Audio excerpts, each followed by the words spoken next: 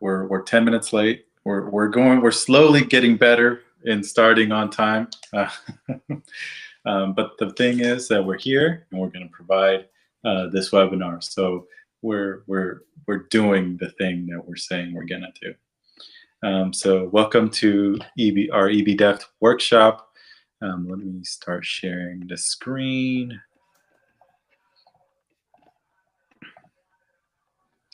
We're here with our co-host, Laura, who's also our grounding. Sorry, Laura, I interrupted you. No worries. So Laura grounds us because she's our marketing lead. So tell us a little bit about your technological experience. So I am actually working on these blog posts of the technological trends. So I've been reading for you guys to get kind of like the top 5 trends shaping the future of technology. A lot of it we've seen growth in an unprecedented ways. There are some emerging trends of applications that are new. Some of them are new. I don't see them changing. They've just been interacted differently with Improved. people. Yeah. Exactly. The Yeah. new use cases, they've been improved. Exactly. Yeah. I think that's a good thing. So in my research, I've just been doing a lot of reading and learning. So to get you guys into the motion of the interest in technology, the applications that I've seen it in EB DevTech has been to help, you know, as an agent to help any worker. So this is something that uh, it's I guess it's a very fine line. We've discussed together how people feel reluctant to change sometimes when they feel that their job is going to be gone. I don't necessarily see it that way, as there's like for every new thing, there's a brand new other thing that you could be doing as far as the this trends. So the work doesn't necessarily stops where you're heading. Um, and well, cybersecurity, I guess, is it's not a brand new thing as a user, but it's very interesting where the future is heading.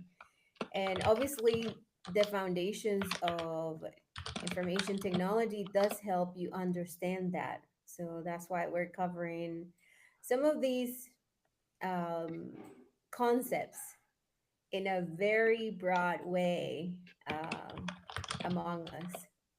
So here we are. I love technology, and I'm also going to be honest and say sometimes I hate it because Yes. we've had, you know, when technology is not working, it's only because we're not receiving the output of the commands that we want. But just like in many other thing, is about how you communicate, and so improving is one of the things that we just need to continue doing. Awesome. Um, let's see. I love that. Thank you so much for your feedback on there. I do have some breaking news though. If you are a Google user, if you have a Google Workspace account, let me bring it up on the screen. Hold on. Let me cancel this. What was that? Trends and news. Oh, Yes. the one that we saw this morning. Yeah. So Okay. Yeah, let's do Google, that. yes, Google has enabled their Gemini product for all of their business standard licenses and above. So if you're if you have a Google Business Standard license, or maybe you're right below it, right? So this might be a motivator to get you to that second to get a business standard license. And if you just want a Google business license, you can get in contact with us. We're a Google partner, so we can sell you licenses as well. We're everybody's partner. We're agnostic. Google, Microsoft, we'll sell you the license, not a problem. Any type of software license you need, we'll sell it to you as well. Right? That's the for-profit organization and company in me here. But anyways, the news. What's the latest, right? We have this news. So what does that mean? They're allowing their Gemini product to be essentially included as part of the price, for all of these Google business licenses. So now you have the AI portion. You have AI, their Gemini model for Gmail, for Docs, for Sheets, for Meet and Chat. I've already seen it in Meets. That's actually how I found out today.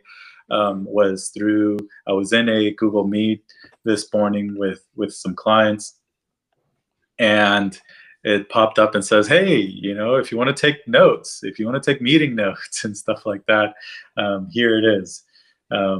So yeah, that's the latest and greatest. So let's talk about the pricing for that real quick. Let me zoom that in. It looks a little bit big for y'all, or small for you guys. So before, you used to have to pay $32 per month if you had, for example, if you had a Google business standard plan. And that's one of the reasons why we made a strategic decision of not to use it, because we had the ability to use other tools that were cheaper and more effective for that price, right? So we don't only. So this is tempting. Yes, yeah. So we have it. This is very tempting. If you don't have it, this is very tempting.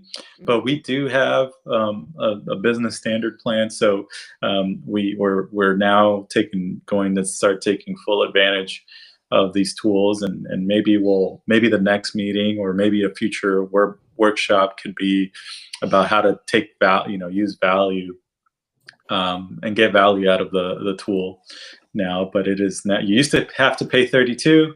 Now you just pay 14 per user per month, and you got it. It's actually, I was talking to one of our clients because before this announcement, so before today, you actually had to, it was an add-on, right? And you had to pay for that add-on on top of your license. And as you can tell, if you had a lot of users, it could get pretty expensive, right? And so for 32 per user, so this is a huge price drop for those. For existing customers, with a monthly subscription pricing, they'll start seeing it in March 17th for those. But if you're one of those folks that have that annual or fixed term plan, that's where I was talking with one of our clients today. Once I read this news, because I gave them the FYI of hey, this is included in your plan now, right? Because I remember they actually purchased the add-on. So this might be sour news for them. For those that have annual fixed term, if you just renewed your term and you added that add-on, man, that would be frustrating. That's a frustrating situation to be in,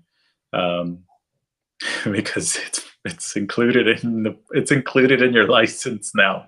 Yeah. So I would hope that Google would do would delight those customers a lot better by owning up to some of that, right? And giving them some more bang for their buck. So what does that mean? Hey, what about my data? So it's part of the terms and conditions when you sign up for a business plan, that your data is your data and it's secure. So you don't have to worry about that. So They don't use any of the data prompts or any of the responses to train the models outside of the domain without permission, and then they won't sell that data for ads, because a lot of Google's revenue actually comes from their ad platform, um, through Google Ads and Google Search and YouTube and stuff like that. So that's great. So that's their promise there. So yeah, now we actually have a lot of work. So your Google Workspace administrators, they now have to go review a whole other section in their admin panel, about Gemini, and start controlling, what can be used and what can't, and to protect that sensitive data.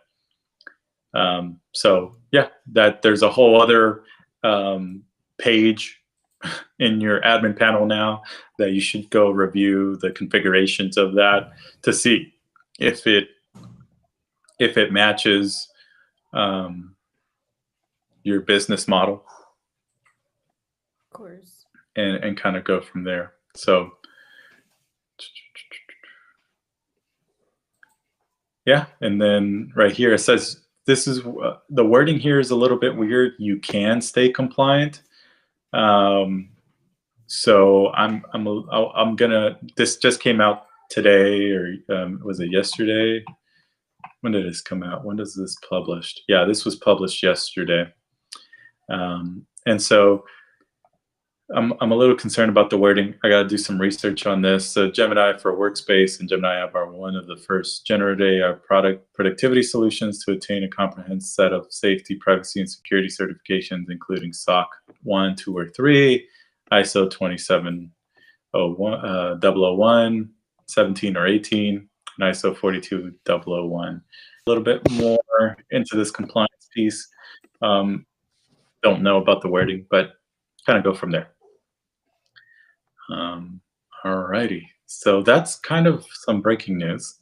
That was exciting. That was some good stuff from yesterday and coming into today as well. So yeah, we'll put that somewhere where you guys can look at. Let's see here. All right, so now to our regular programming here. So today we're going to talk about building and managing some IT infrastructure, and go from there. We're just going to talk about some IP addresses, protocols, and some security layers. I'll be honest, I hope you guys have some questions out there. I'm not very passionate. This hasn't changed in forever, so this is going to be kind of a regurgitation of data and information, but it's important. But it's nothing new. It's nothing that you probably haven't heard before, but it's good to revisit from time to time and make sure you have a good understanding of how that works.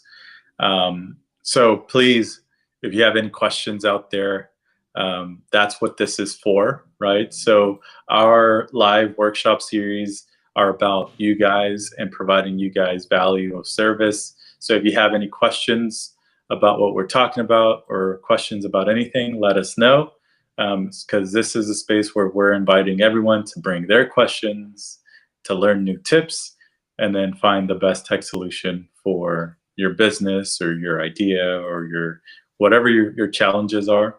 And let's talk about technology, right? So this is supposed to be a common space for all of us where we talk about hopefully your problems or your ideas and what's the latest and greatest today in the world of technology.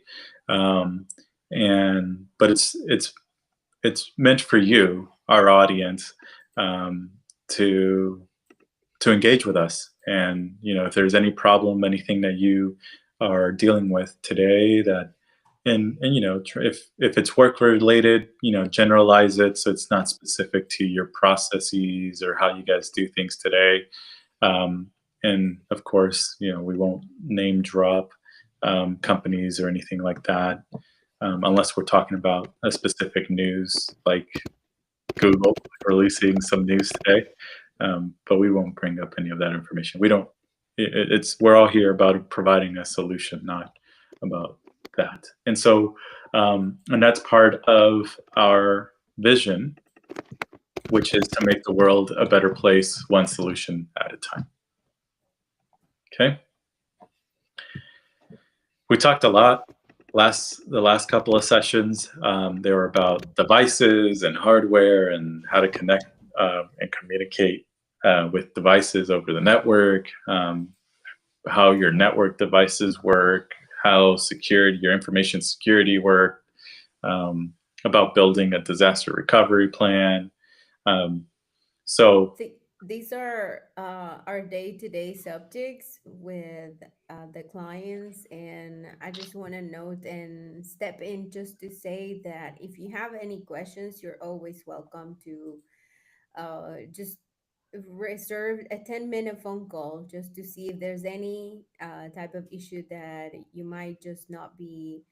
For example, we developed that written security plan for that was due a year ago uh, for regulations for accounting and other sectors yeah, that are the very specific. financial sector, The financial financial service sector. sector. And it has been applied to some of the customers already. They are already compliance, and anything that could just be in the realm of technology.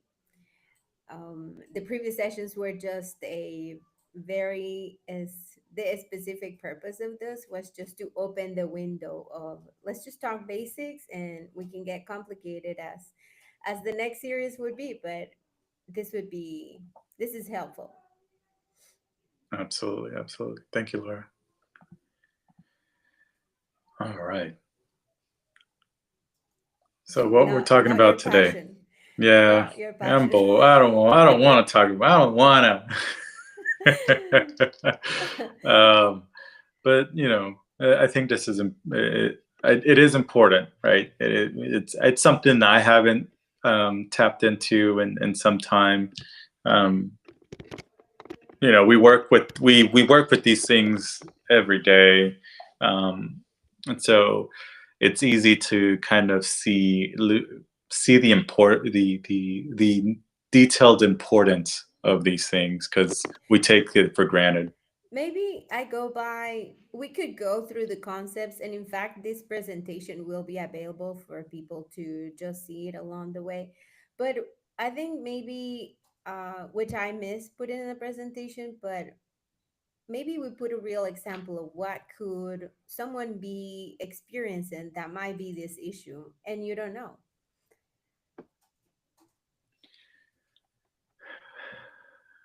Yeah, we could do something like that for IP assignments, right? It's like, Mm-hmm. why doesn't my internet work? Or hey, I messed with something in my DNS, and now I don't have internet on my devices. Um, so that's something that could be a part of this. Now, to make it up on the spot, I know I have experiences with it, but usually every time that I have a problem with an IP, something with the IP, I was messing with something and I broke it. And then now I made my own problem and now I have to fix it. Right? Because network devices are pretty straightforward. They come out of the box usually pre-configured and set up where they're mostly plug and play. You might have to create an account and password and stuff like that, and create a network and name your network. Hey, what do you want to name your Wi-Fi and stuff like that? But essentially everything behind that is just standardized to Mm-hmm. work, and so as long as you're not messing with it, it just kind of works out of the box because they're not expecting you to be network engineers. Of course. Excuse me. Bless you. Oh, so we're experiencing some allergies, huh? Allergy season is Actually, I might coming. be that, or I might be getting sick because I did wake up and some bother. My throat was bothering me. Ah. Now, for the Internet of Things communication model, it's been, I'm a computer engineer. I've built IoT prototypes and things like that. So I have some experience in the communication models, but it has been some time since I have touched this subject. So that's maybe I can nerd out on that subject a little bit as well. But it has been sometimes.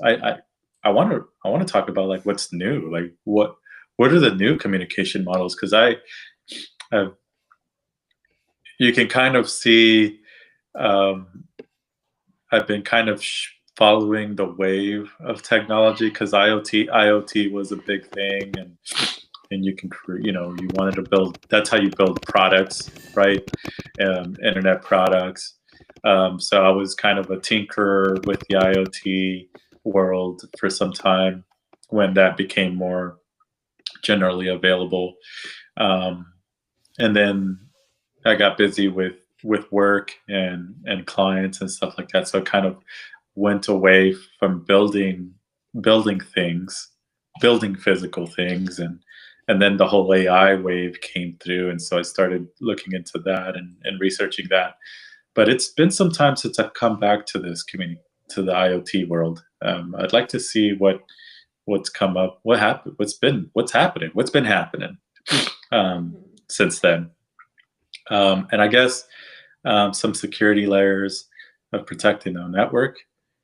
That's good. Yeah, that's that.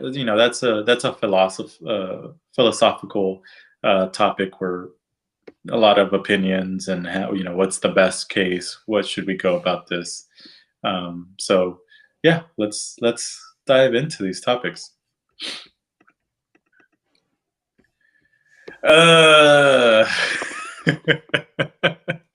IP, right? It's an identifier assigned to every device in a network, like a house address. That's essentially what it is. We're slowly switching into an IPv6 format. Actually, now you have both.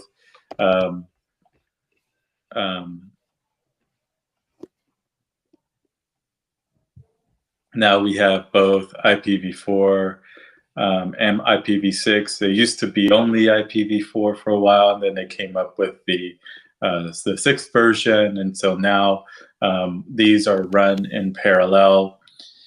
It's a lot easier to manage IPv4 from a human perspective, because IPv6 does have a longer format, but it can also, I think it could like handle billions of more devices. So that's the piece there, where okay, what's the difference between 4 and 6? It's really capability, the bandwidth of devices, how many devices it can withhold, and how many devices can be on a protocol. So this is the 4th version, which can handle, which was before limited to 4.3 billion addresses. And as you can see, that's the world. I think the world has, actually, let's look it up. How many internet devices are there in the world? And I'm just Googling this.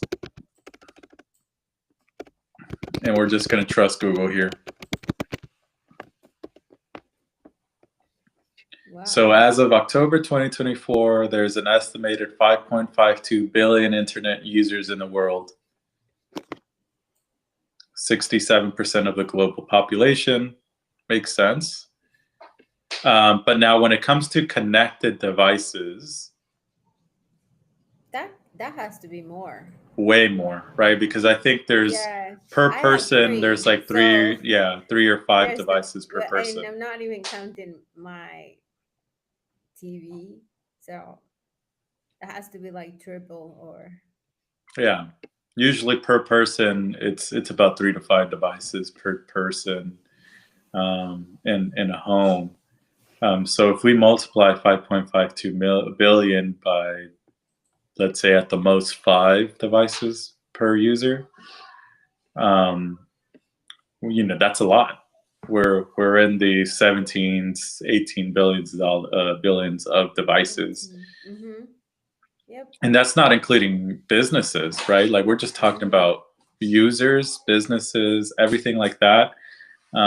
You can see why we've had to get away from version 4, IP4. because now that's 4.3 billion Yeah. addresses. Well, we need a lot more than that, and that's where V6 came into being, so that we can support way more devices than that. Mm-hmm.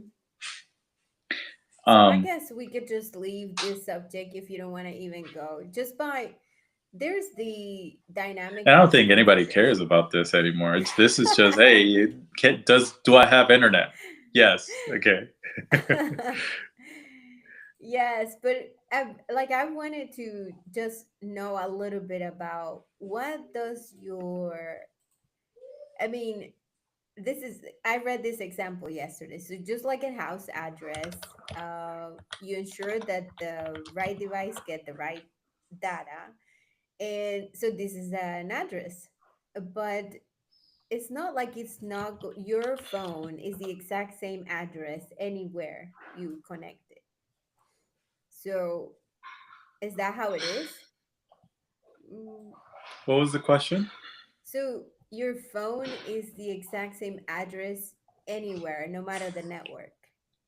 No, no. No, this is You're where the public and private sort yes, of, yeah. yeah. So So essentially, these are just the addresses assigned by the network. mhm. So this whole IPv6 versus IP, sorry, 4 versus V6, it doesn't matter at the home level, Mhm. because there's no way that a home, well, I don't want to say never, but usually Mhm. the majority of homes will not have 4.3 billion devices connected to it, Of right? course. Yeah. So that's Mhm. one home. So you got to think about it in kind of a nodal format. This is really for our ISPs to worry about. So our ISPs, um, that connect the world to the internet, Mhm. they are the ones that worry about this, because now they're the Mhm. ones handling all of these These types of many devices devices, exactly. Yep. that are being, Mhm. from the home to, To every all the user. way down to the core switch at their facilities, right? Exactly. So that's where this matters. This doesn't matter at the house. It probably doesn't even matter at your business, unless you're a big corporate business. Then maybe, yeah, Mhm. maybe, or federal government, maybe as well. Like since everything is now being connected to the internet, light switches, like almost anything can be connected to the internet. Like Mhm. maybe this isn't that, 4.3 billion isn't that big of scale when you're talking about a global business. Well, no, I don't think it. Again, right? This I is think it's hard to talk about that, like yeah. to say how many devices, but I don't even think the largest organization. That's a good question. I would want to ask that next time if I ever meet their CTO or CEO. I'm gonna ask them, like, do you guys even worry about the IP number of IP addresses in your organization? Like, I don't think Mhm. that matters any. Like, I don't think it matters from that perspective anymore, because you can just separate the networks, and now you have another 4.3 billion But how addresses does that are available.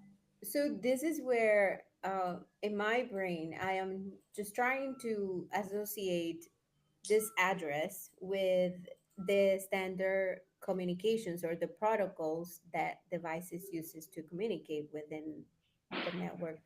And so maybe there's a difference in if you like there's a difference that for me is still not noticeable. Like this is so evident for this type of organization. The protocols of communications are obvious. That's where I get just a little bit lost in terms of how are standardized rules, I guess. Can you? Sorry, I was distracted. Albin told me that Copilot is free now. Copilot X. Sorry. He was. I was like, no. I was just looking it up. So Microsoft Copilot for Microsoft 365 is still not free. There's a free version included with the personal and family plan, but for businesses, you still have to pay that. So that's if you're doing any comparison between Google and Microsoft, since they are competitors. But what he did mean is that GitHub Copilot is now free. So that's actually very good for developers. So that's awesome. Sorry, Lara, you asked me a question, and then I was distracted. I don't remember anymore. I don't remember what was the question. I'm so bad. I'm so sorry. But I was just trying to get, so I'm trying to connect this idea of having an IP address to the protocols in which a device communicates. And so there are key protocols, and there are some popular ones. I named the popular ones, but why are they established like that? Well, why does it matter? Why would a regular person uh, care, or it doesn't make any difference, or it doesn't? A regular person wouldn't care, right? Because they would just be like, I can either get the communication, or I couldn't get the communication.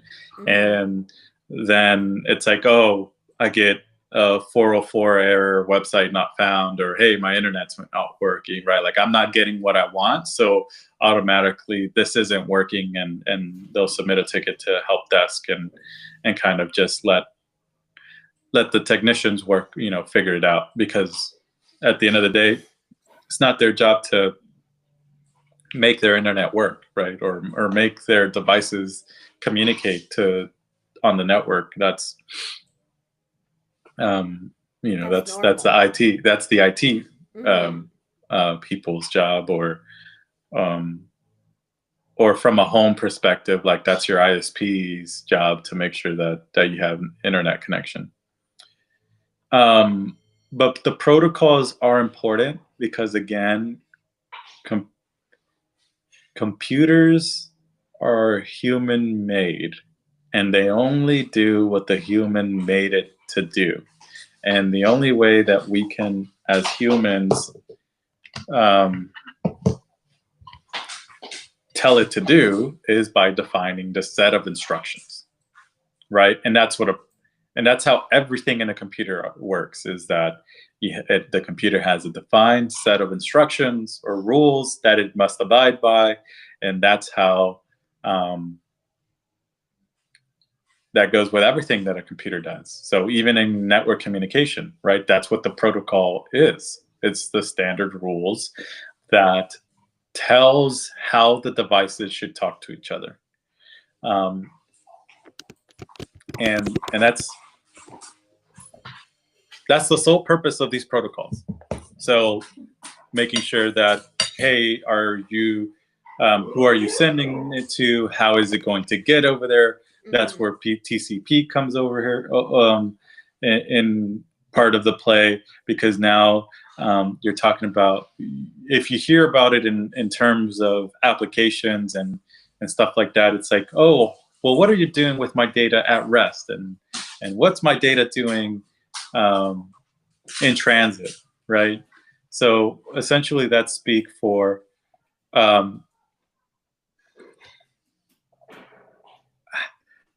how is it being communicated? Now, how is it going from one place to the other? And now, is that secure? Mm-hmm. Is that pipeline secure? Is it encrypted? Can anybody see that? Who has access to see that message? And that's where the protocols come into play. That's where encryption comes into play, um, Mm-hmm. and because it's important, right? You can. It's very simple. Let's compare it to mail, right? If I write you a letter, Laura, um, it is sealed within an envelope, and I put it into the mailbox, and a mailman comes in there and grabs it and now sees the address that it needs to be sent to. Well, how do I know where that is, right? And and so as the mailman, I don't care about the address. My role is to grab the mail and go back to the distribution center, right? And Mm-hmm. so that's where a router comes into play, right? So I'm sending the mail, the mailman comes and grabs the mail, goes back to the center, to the mail center, and the mail center is like a router. And so now it's someone's job, or it's a machine's job. There's a protocol at the mail center that reads the address on that letter and says, "Oh, that needs to go over That's here." to the right device. Yeah. Right. Or Okay. this mail needs to be sent to Colorado, right? So now it Mm-hmm. looks at parts of the address, and it reads the address. It's like, oh, well, this needs to go over there. So I'm going to Mm-hmm. put it in either this pot. Well, I don't know how mail centers work nowadays. It's a lot of it is fully automated. So it's like you just dump it in there, and then it has a thing where it reads all the addresses, Mm-hmm. and then it splits the mail to the right cargo and the right trucks so that they make it to the right place, Mm-hmm. right? But essentially, if we go down to the detailed nitty gritty of it, is that if we say a human's involved, so that we can make it easier to talk about. So a Mm-hmm. human picks up the envelope and says, "Oh, that needs to go to Colorado," then it will go and send it to the pathway that's going to go to Colorado. Now, This now to add a little bit of the human perspective, it would assign the router would assign a address. What do you call it? Is a dynamic one, and this is where the protocols come in place. The type of protocol. Okay, so right. this is the protocol that goes. It depends. This is just a mail, but it could just be anything. Like it could be an X-ray in a hospital or test Yeah, you think results. anything It's that gets anything. communicated, anything Yeah, that gets exactly. communicated So over the internet the does rules. this is the same Hmm. it's the same. There It's is the no other same. protocol. Like Yep. it uses the same protocols. How it's Hmm. going to go in transit, how is it going to be received, Hmm. how is the message formatted to be received. So Hmm. all of these things, that's what these protocols do. Yep. And um it's just different depending on what are you reaching to how many devices. Yeah, I think it's like the concept in essence is just so understandable. So if you know the essence, you might know what issue you're facing. exactly. And then I want to add a caveat to this, is that when you send a letter, you trust that it won't be opened, Hmm. right, Of by course. anybody else, right? Essentially, Exactly. when you lick the glue of the envelope and you seal it, Yeah. and From many times, right? yes, We've done this for centuries now. Like it yes, should be we should get it, right? yes, Like and what? so we're saying that hey, only the person that this mail is addressed to can open that. Yeah. How can we trust that is happening, Well, I've seen right? some use cases where I mean, companies are facing consequences for that, but it's just, Well, there's federal laws against that, right? Like yeah, there's of literal federal course. laws for physical mail. Like if it's not there's Mm-hmm. you can get a fine for Of opening someone course. else's mail, right? Exactly. Um, and then and that's where e- it's not perfect. Mm-hmm. It's a I would say that We're still learning. I yeah. mean, I would say evolving. it's not perfect from a human standpoint. The physical mail is not perfect because I'm in my neighborhood chat and Amazon delivers to the wrong house in my neighborhood all the time, Mm-hmm. right? And so we know that the wrong person is receiving that mail. Of course. And it Now, could rain, and now your package is damaged. So well, that's a we different thing. Yeah, know. that's a Yeah. physical aspect of that. But Yes. just to keep the conversation of like, how does that translate to digital, right? Mm-hmm. Do the wrong people get my The wrong message, information. Exactly. right? If I'm sending a Mm-hmm. message, and let's say that I sent the message at my house, and then before I receive a response, I pack up my computer and I go to a coffee shop, Mm-hmm. or I go to another location, or I go to the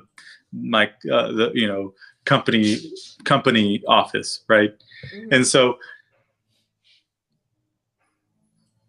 who gets when someone receives my message and writes back, Mm-hmm. who receives the message? I have physically moved locations, Mm-hmm. right?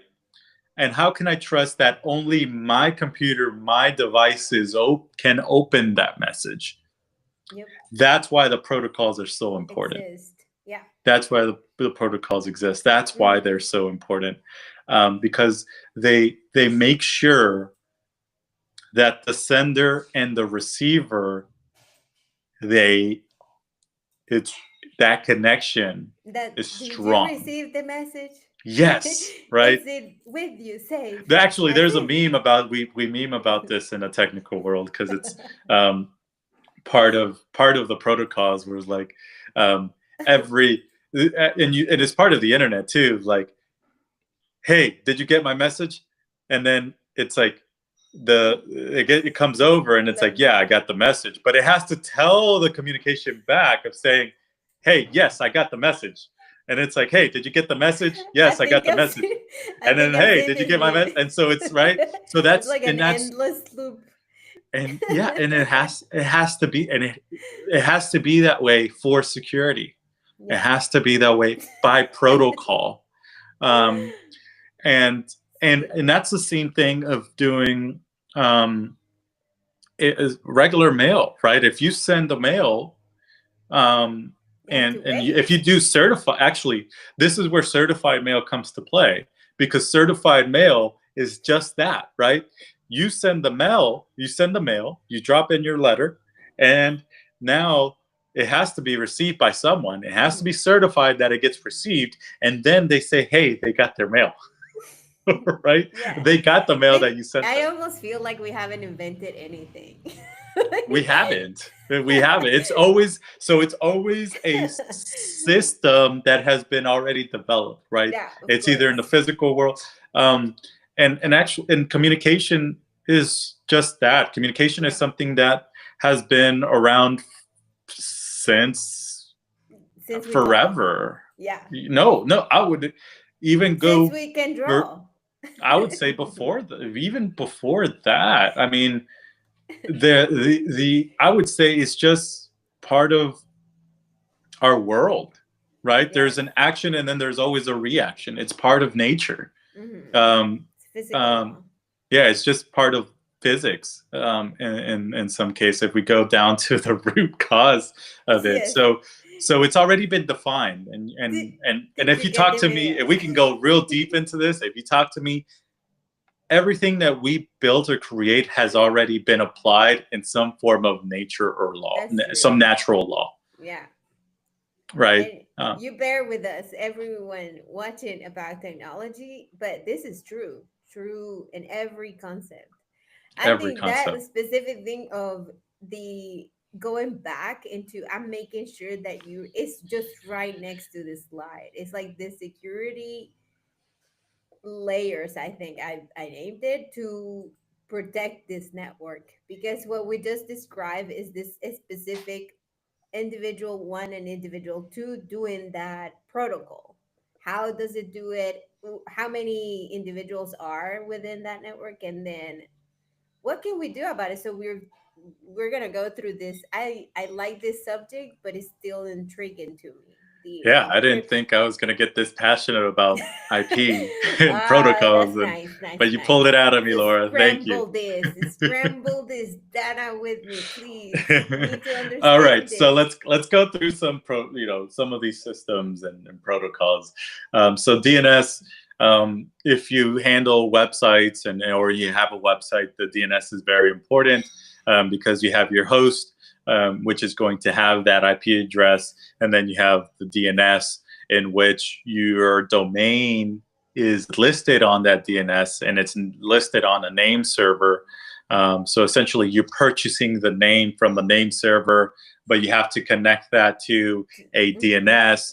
And now the DNS, when someone goes to say, "Hey, I want to. ebdevtech.com," Mm-hmm. it says, "Oh, where's the content of that ebdevtech.com? How can I present it to you?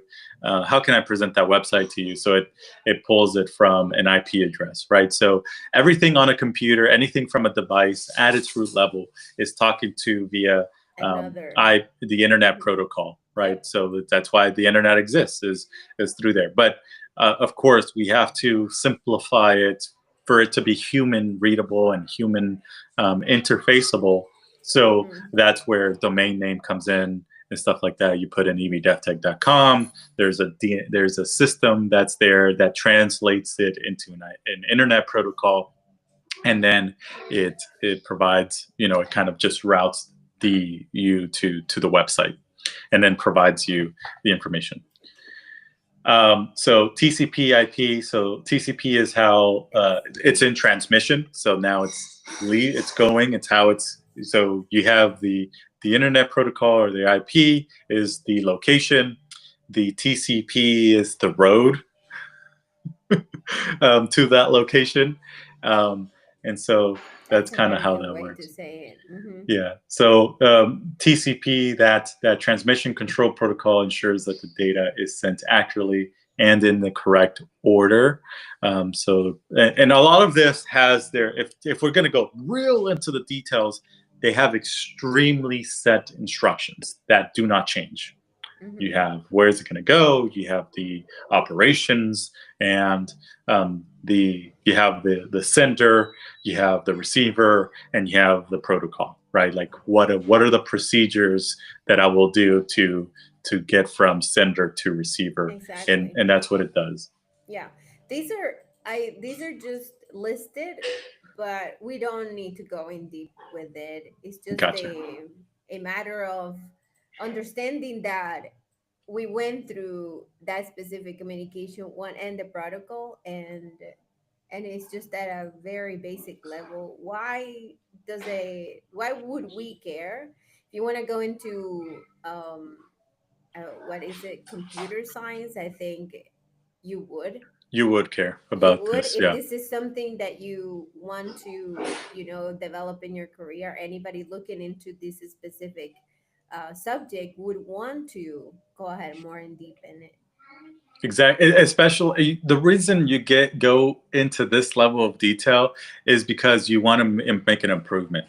Like, Mm-hmm. for example, the improvement between HTTP and HTTPS. Yeah, we Well, went through that. yeah. Mm-hmm. So HTTP, it's not secure. Like, you can literally send any website over any, it would just display everything. It would just show everything.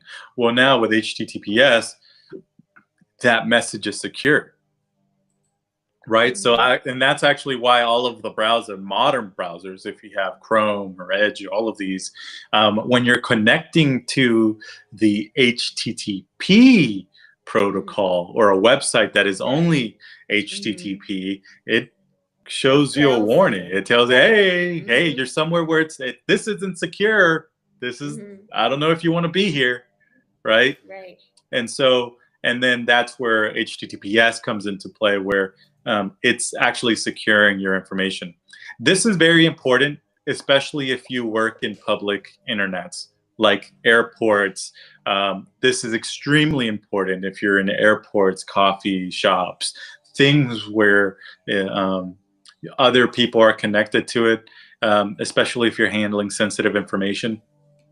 If you are connecting to a non-secure site on these networks, someone that knows what they're doing, you're making it very easy for them to read everything that you're doing on an unsecure protocol, right? So if you're accessing an HTTP on in a coffee shop and there's a hacker there that is listening to the network, they will be able to see what you're doing, how you're doing it, and they can potentially try to intercept that and change the message because it's not encrypted. And now they know that they can try and get you. So this is why VPNs are important. Like if you're connecting to something that's by default not secure, just standard HTTP, that's where a VPN would be important in any public setting. Or just secure it. Like it's easy now. Like it's not a problem. Like just either don't use it in a public setting or tell your IT department to just fix it. Hurry up and just make it secure. Make it HTTPS. You should have no reason to be connecting to an unsecure website nowadays. So that's my claim there. FTP, you wouldn't care about that unless you're messing with FTP. Also, a reason why you would go deeper into that protocol is to like, hey, I want my files to transfer faster.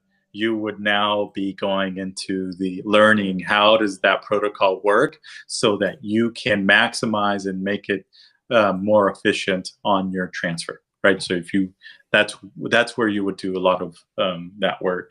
Now, if you're into IoTs, Internet of Things, that's where these other protocols down here would come into. I have used MQTT, which is just it's a communication protocol to allow you to securely communicate from an IoT device to anything in you know, from a mobile device to something else. And of course, these are things that if you're messing with them, you're doing research into these things to either improve efficiency or to communicate over those protocols. Again, you're going to be a technical person if you're talking about those. But that's what a protocol does. And man, that's a real technical topic. We're nerding out like that. Like those, a regular person doesn't care about that. I thought you didn't like it. We are at on the verge. Yeah, we're at the tip of time. So we can, I think, we only got what, 2 slides left? Or how many slides we got? Yeah, misconceptions and closing. We went through some misconceptions last time, and I sort of put the same. Yeah, let's wrap it up. We were 10 minutes late. Let's give 10 minutes more. So security layers. So if we were to start on time, we would be done. We would be done by now. So firewalls, right? So some security layers. You have firewalls, you have encryption, you have authentication, you have secure protocols. So that's over Wi-Fi, SLS, and TLS. That's over the internet is important to making sure. So this is where it comes into play of where you'll hear, hey, is my data secure or encrypted at rest? Is my data secure in transit? So you would be using these protocols, SSL and TLS, to making sure that your message is encrypted at rest and in transit. WPA3 for Wi-Fi security. This is just a Wi-Fi security protocol, so nothing to talk about that. Now, authentication. all of the protocols have a level of authentication behind them to making sure. Remember, we're talking about sender receiver, so there is essentially a key exchange there of making sure that the message, right? So what's going to happen again, and this actually used to happen in war times back in the day, because if we that right, I'm talking about way before that. So wow. when we were in World War II, World War I, when we had the ability to talk of, I forget what it's called, what's it called, Morse code, yes. Code. Actually, I don't know how. I had a project in college where we created Morse code encryptor and decryptor and a message decipher. Over, yeah. But before that, right? Because they use this in Morse code. Okay. So, and this is all about cryptology. And which is a study of encrypting messages, right? So and how do you decipher how do you cipher and how do you decipher them? And that's essentially what Morse code was used for in wartime.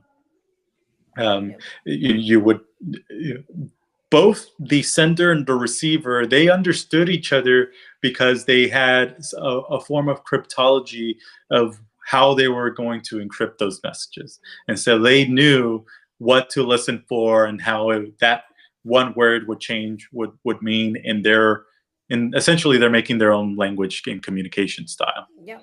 This is super interesting. Again, we haven't even invented anything, and Google just recently standardized their post-quantum cryptography through the National Institute of Standards and Technology, which is because quantum computing is new, right? These are trending things. They're soon to be making critical changes to how other organizations will. This is not obviously at a user level impact, or you have to do something now, not at all, but how they are evolving into how they save information. So it's super interesting though. But I think encryption is like, if you want to go into that route again, this is maybe at a career level.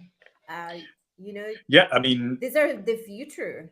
That's what cybersecurity is about. The whole cybersecurity. I think I didn't graduate as in a in some form of cybersecurity major or specific thing, because there's just, I love technology. I love everything about it. So I couldn't just focus on one thing.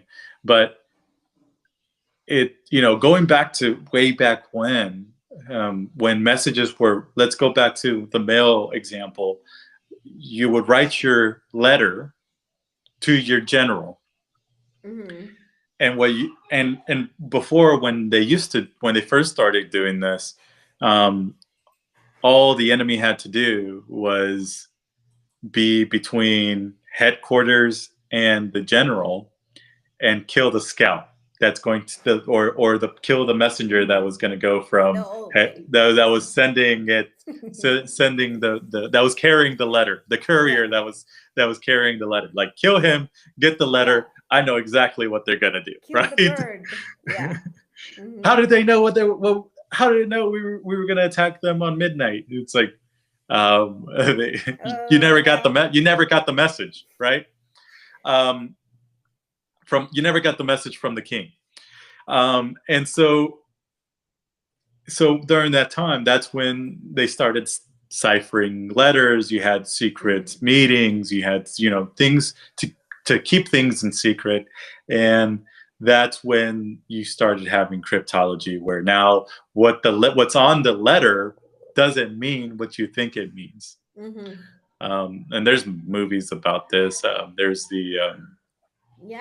this guy, what's it called? The one with Benedict, is it? That, well, yeah, I guess That's there's one with Benedict. very recent. I was thinking about with Tom Hanks and man, I'm terrible with titles. Wow, that Da is Vinci Code, the super. Da Vinci Code, right? Yes, yeah. Right? Mm-hmm. And everything Super is old. encrypted and deciphered, and Mm-hmm. it's a puzzle, and it's all Mm-hmm. and it's all from that time of like, well, I can't just Way. say it, right? Like I gotta Mm-hmm. put thoughts into this so that not just everybody can see what my Decipher it. message, decipher it, right? Yep. So it's the same thing. So Mm-hmm. grabbing that was kind of like the start and the foundation of everything, and then we've just been growing and building it and applying it into new facets, into technology, and applying it as well. And it's being applied into quantum and edge technology as well. But that's essentially it. So yeah, these are security layers. You have your firewall, which, making sure that your networks can be trusted, and it's making sure. So these are, you can think of your firewalls from back in the day as the castle gates, right? You have guards, and state your purpose, and then if you have if you yeah, if you're allowed to if you're allowed to come in, they'll let you in. And they're the ones that kind of filter or turn people away, of like, hey, you're not allowed here. Sorry, that message isn't for that. You're not supposed to be here. And then encryption is that, okay, you can get past you can walk through the firewall. You're allowed to walk into the castle gates, and then you have to deliver a message. And well, you have all of these businesses, you have all of these people, you have all of these royalties within the gates that you have to walk through and make sure that they don't get the message, because they can steal the envelope, right? And so making sure that nobody is able to steal that envelope and able to use that information. And so once the letter gets into the king's gates and to the king's hands or whatever, that only the king is able to read that message. And then part of that is, I think we just lost. Who did we lost? Erick. Okay, so we were just wrapping up on the security layers, just putting up at the example that there hasn't been a lot of changes in how cryptology has evolved, and it's just very interesting. One of these is actually one of the trends that I'm discussing in the blog. Let me see if I can share this screen with the presentation. Look at that screen there. Where is my window? I lost you for a second. I was just about to go through the presentation. Yeah. Presentation screen. yeah, Oh, and I need to share him. I don't know what happened. I guess the application Quit on you. oh, that's weird. Anyway, anyways, the authentication. No, let me. What just happened again? Okay. So I guess I am going to share these. Was it that one?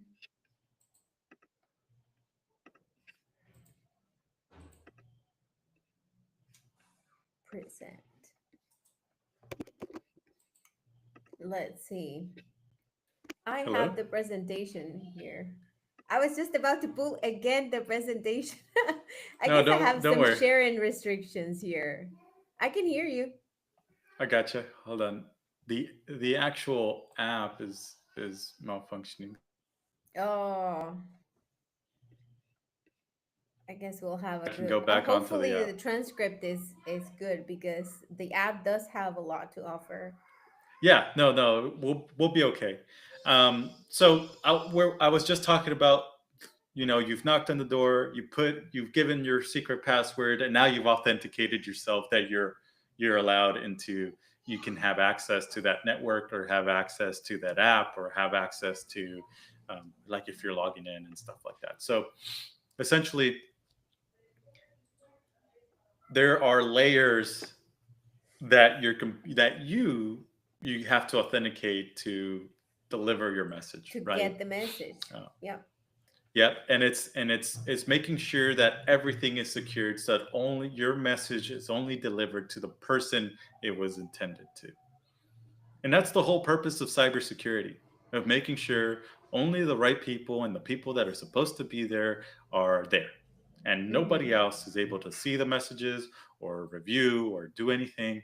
And only and that's what security is all about, right? Yeah. Because you don't just like in nature, in your immune system, you only want healthy cells. You won't don't Mm-hmm. want cancer cells. You don't want bad cells to That's a be good there. And it's the analogy. same thing that Yeah, happens. same thing. Everything, nothing we're doing is new. Nature's already solved it We're for so us. The universe, it's all the answers are already out there in yes. physics and in nature. There's nothing we need to reinvent. We think we're smart and we think that we're inventing something new, but it's already been done in nature, Yeah, for the most part. nature. Common misconceptions. I think we've gone through a lot We of these. did. We did. Um, we've beat a dead horse on the strong password. Mm-hmm. And it's And the and it's protocols. And the exactly. I should have just taken it out, but Yep. I think will be available for anyone looking into this presentation in the future. I did this addition of a closing thought because over we just did this. I can't believe it, Eric. I mean, whenever we go through these specific presentations, we literally are making this uh, very broad concept of something that is complicated because it does require a lot of expertise and the technicality of it, but the oversimplification of it just makes you understand it. Whomever we are trying to reach out with this workshop will probably create a passion for it. We need those people in the future. I mean, we're this Yeah. is As at the more, end of you the can see day. that there's how many devices in the world? What are we Yeah, talking about? there are so many. Billions Yeah, and billions of exactly. devices. All of that communicating, all of that needs to be secure to make sure that the message is being sent to the right Mm-hmm. spot. And so this oversimplification not only allows you to, and I think especially if you're new, I think it allows you to have a perspective as to, why am I learning this? Yeah. Mm-hmm. Why do I need to do this? And I Mm-hmm. think that's what a lot of universities, even when I was in university, I was like, what's the value? What's the purpose of this? And it's hard, Mm-hmm. and if you don't understand the purpose, and you're doing all this homework and you're taking all these tests and you don't know why, and so I oversimplify these things so that you can understand the value first. Because if you can Mm-hmm. understand the value of why you need to know these things, Mm-hmm. it makes it a lot easier to do Yeah, it, exactly. to just We do it. yeah, just do it. We come with I came here with the challenge you with these other subjects, but I thought they were great. So thank you. Thank you. That was just a closing thought that I thought we would need after we'd had such complicated conversations. And again, if you're facing any issues with your technological challenges, feel free to give us a phone call. I am going to be publishing the top 5 trends in technology industries that I've been working on this afternoon. Some of it does come with something that just I just found, which is the post quantum cryptography. I thought that why trending was super great. Well, I would caution about that, because um, with quantum computing, it's going to take some time.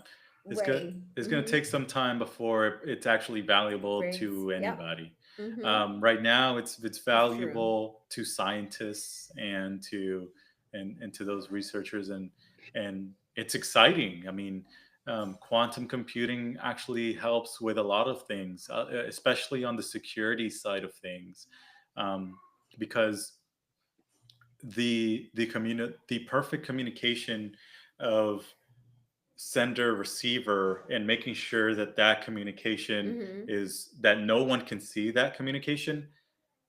It's kind well, as in theory and what I've read and how it works today,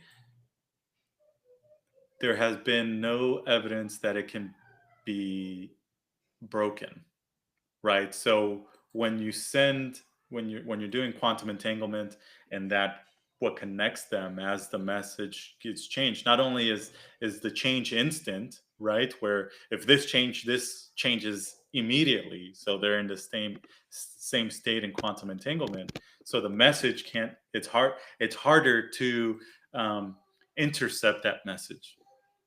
And so that's so important, because and all of the cryptology and all of the things that have been done in the past, that has been there has always been a way to figure it out, Mm-hmm. right? There's always been a way to decipher that encrypted message. With this, not only does it add a huge amount of layer of a security layer, where it's in almost an instantaneous communication and delivery of that message. But then also, if that message so happens to be observed, then it's broken, right? That's that double slit experiment type of communication, that when you're looking at it, it it has a double slit, but when you're not looking at it, it has the waves. So from a quantum perspective, very important from a cryptology security layer perspective. Um, but quantum computing is not just that cryptic Mm-hmm. perspective. It's being able to do so much A more lot of things processing, at the same time. um, Yep. that at the same time, that Mm-hmm. we just aren't able to do on A regular. an electric computer, um, Mm-hmm. that is so standard today. Um, but anyways, I think quantum computing is extremely something to keep an eye on, and to see what the research is happening and how they're using it, and how they're applying it. But um, the applicability in everyday business or everyday life, from a personal perspective, Mm-hmm. we're still quite a quite a ways from that being a thing. I Um, think. Yep. but we'll see what happens. We're constantly evolving, constantly moving forward, and so maybe let's see what happens. Correct. All right, I think that's it, right, Laura? We're done for Yep. today. We are Um, done. all right, guys. So this is your opportunity to ask us questions. You can see that we're a bunch of nerds. And so we love talking about this Just stuff. nerdy. I honestly wasn't thinking I was going to have this much fun with this today, with this topic. I I don't think love we the have. analogies. Super, Um, super great. I'm looking at. We don't have any questions, so please, guys, that's my goal with this. My personal goal with this is to be here to help you guys. Um, and to help support you guys with whatever technology problems are here. As you can see, we got some big brains over here, so we can think, give you some possible solutions. We're here every Tuesday and Thursday from 11:30 a.m. to 12:30 p.m. If we're late, we're going to make up that time. And so this is your time to get some real time support and expertise and insights, and ask us any questions. AI, any technology, AI. How do I use my keyboard? Hey, I have this audio problem with my computer. My screen is black. Anything, right? We're here to help, and we're here Mhm. to provide you guys a service. This is the world's IT help desk office hour. Correct. Alrighty. Take care. Goodbye. Oh, are we going to talk about next week's session? I guess we're gonna talk. They got it. It's on the screen. They know how to read.